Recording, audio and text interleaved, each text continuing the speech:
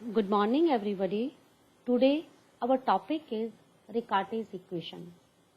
Riccati's equation is any first order ordinary differential equation that is quadratic in the unknown function.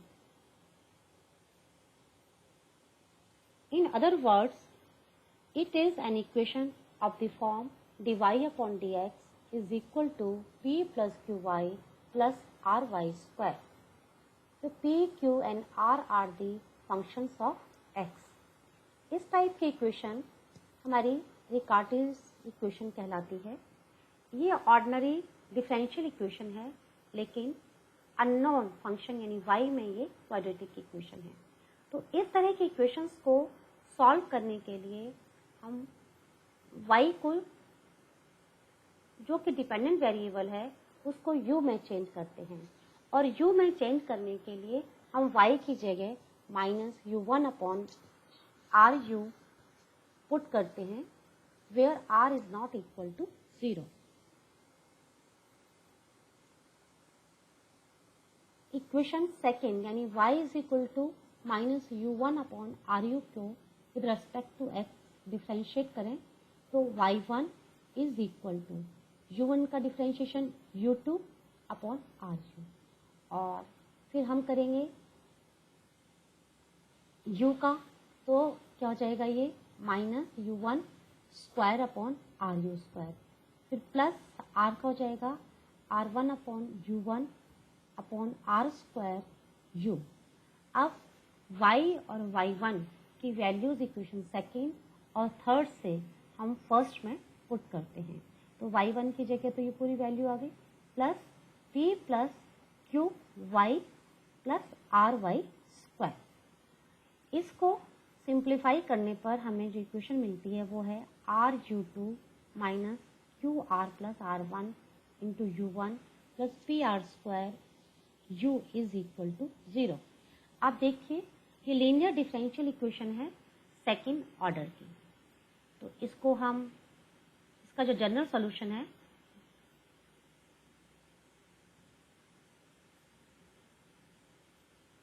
हो जाएगा u is equal to c1 fx plus c2 gx, where c1 and c2 are the arbitrary constant and fx और gx जो है वो first degree के dependent और independent integral हैं.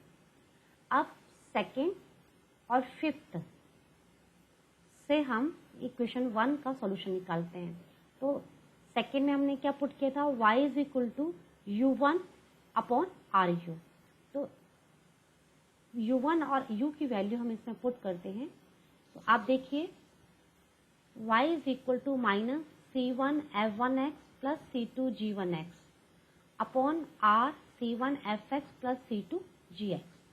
अब हम यहाँ से c2 ऊपर और नीचे दोनों से कॉमन लेते हैं, तो c1 अपॉन c2 एक नया कांस्टेंट होगा, क्योंकि c1 और c2 दोनों कांस्टेंट हैं. तो नया कांस्टेंट हम क्या मान लेते हैं, c मान लेते हैं.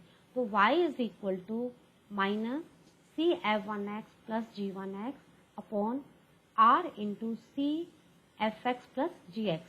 ये हमारा जो इक्वेशन रिकार्टीज इक्वेशन जो है वो उसका ये जनरल सॉल्यूशन होगा.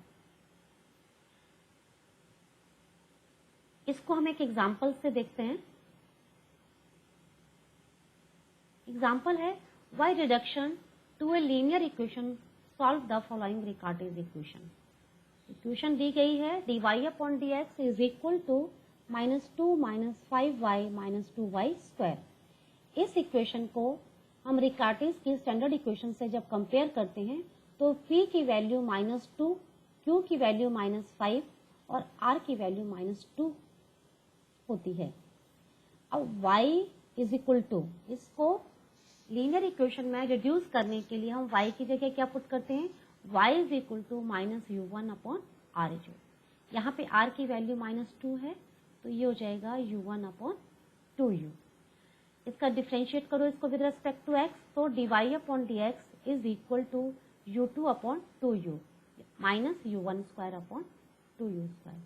अब इक्वेशन 1 और 2 से y और y1 की वैल्यू जो है वो गिवन इक्वेशन में पुट करते हैं. इसको, ये आपकी y1 की वैल्यू -2 -5y -2y स्क्वायर, इसको सिंप्लीफाई करते हैं तो हमें इक्वेशन मिलती है u2 + 5u1 + 4u = 0। ये इक्वेशन जो है ये लीनियर इक्वेशन है सेकंड ऑर्डर की और विद कांस्टेंट कोएफिशिएंट।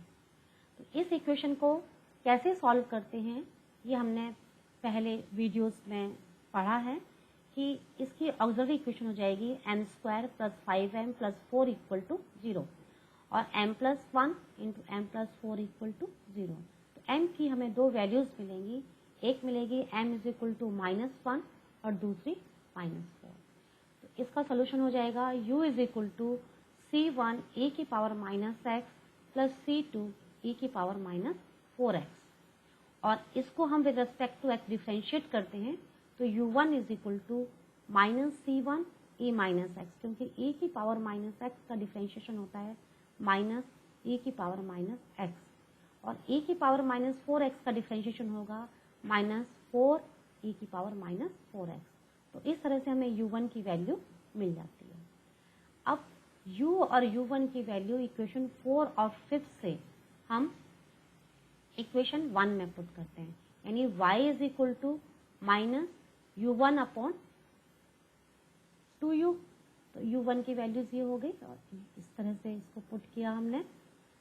अब यहाँ से c2 और e -4x को ऊपर हम कॉमन लेते हैं, ऊपर नीचे दोनों साइड कॉमन लेते हैं, तो यहाँ ये आ जाएगा c1/c2 e की पावर 3x, क्योंकि c1/c2 एक कांस्टेंट है तो उसको हम दूसरा कांस्टेंट c मान लेते हैं, यानी c = c1/c2। तो c e की पावर 3x + 4 और 2c e की पावर 3x + 1, इसको क्रॉस मल्टीप्लाई कीजिए तो 2y × c e की पावर 3x + 1 + c e की पावर 3x + 4 = 0। जो सोल्यूशन है वो हमारी रिकार्टीज इक्वेशन जो हमें दी गई थी उसका सोल्यूशन है। रिकार्टीज इक्वेशन की एक इम्पॉर्टेंट प्रॉपर्टी है कि the cross ratio of any 4 particular integrals of Riccati equation is independent of x।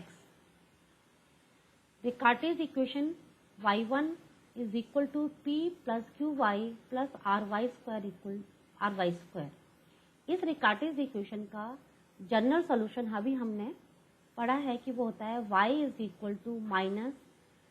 -cf1x + g1x upon r × cfx + gx। मान लीजिए px, qx, rx and sx आप 4 पर्टिकुलर इंटीग्रल हैं equation 1 के, रिकार्टीज equation के, और ये 4 इंटीग्रल हमें कैसे मिलेंगे जब हम सेकंड में c की वैल्यू अलग अलग पुट करेंगे। सपोज c की वैल्यू जब हम अल्फा पुट करते हैं तो हमें px इंटीग्रल मिलता है, जब हम बीटा पुट करते हैं तो हमें qx मिलता है, और जब हम गामा पुट करते हैं तो हमें rx इंटीग्रल मिलता है पर्टिकुलर, और जब हम डेल्टा पुट करते हैं तो हमें sx पर्टिकुलर इंटीग्रल मिलता है। तो c में अल्फा, बीटा, गामा रेस्पेक्टिवली जब हम पुट करते हैं तो px = alpha f1x + g1x upon r alpha fx + gx, qx = beta f1x + g1x upon r beta fx + gx, और rx = gamma × f1x + g1x upon r × gamma fx + gx, और sx = delta f1x + g1x upon r × delta fx + gx। तो इस तरह से px, qx, rx, sx 4 integral की values हमें general solution से मिल जाती है। अब हम p - q यानी इसमें से इसको सब्ट्रैक्ट करते हैं तो हमें क्या मिलेगा, p - q = alpha - beta fg1 - gf1 upon r alpha f + g into beta f + g। Similarly gamma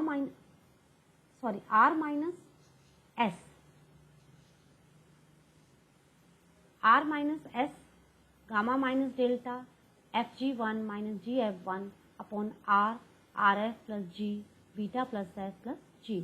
इसी तरह से P माइनस S की वैल्यू भी हम निकाल सकते हैं और R माइनस Q की वैल्यू भी हम निकाल सकते हैं। तो ये जो वैल्यूज हमने निकाली हैं, तो P minus Q into R minus S कीजिए और P माइनस S और R माइनस Q कीजिए और दोनों को डिवाइड कर दीजिए। तो जब हम डिवाइड करते हैं तो हमें राइट हैंड साइड में alpha minus beta into gamma minus delta upon alpha minus data into gamma minus beta term मिलती है। अब देखिए जो टर्म है ये कांस्टेंट है, यानी x से फ्री है। तो ये हमारी रिकार्टिस इक्वेशन की इंपॉर्टेंट प्रॉपर्टी है। तो इस तरह से रिकार्टिस इक्वेशन को हम लीनियर डिफरेंशियल इक्वेशन में चेंज कर सॉल्व कर सकते हैं। इस मेथड के बारे में हमने आज डिस्कस किया और कैसे हम रिकार्टिस इक्वेशन का जनरल सॉल्यूशन निकाल सकते हैं, उससे रिलेटेड हमने एग्जांपल्स किए। और रिकार्टिस इक्वेशन की जो एक बहुत इंपॉर्टेंट प्रॉपर्टी है कि cross ratio of any 4 particular integrals of a Riccati equation is independent of x, वो हमने डिस्कस किया। तो आज हमारा जो टॉपिक है ये यही फिनिश होता है। ओके।